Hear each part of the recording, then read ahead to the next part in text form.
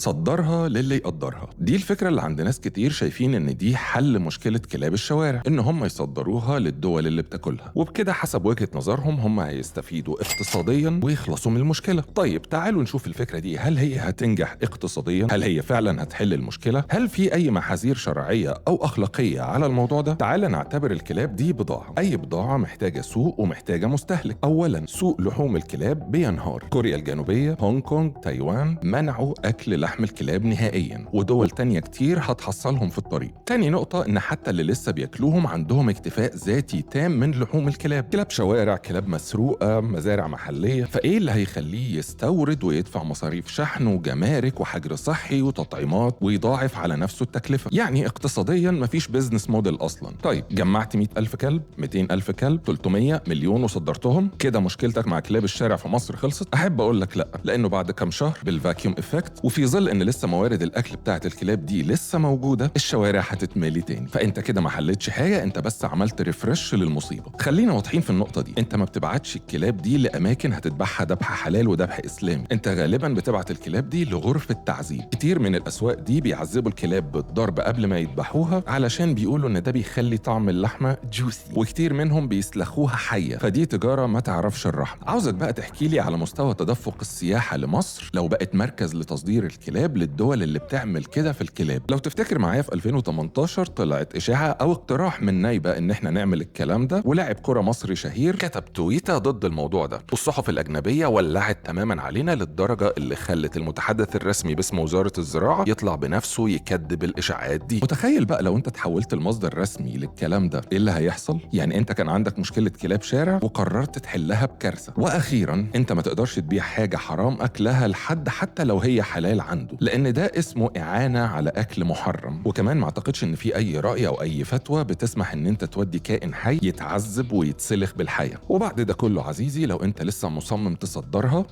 صدرها، بس اوعى تفتكر انك كده حليت المشكله.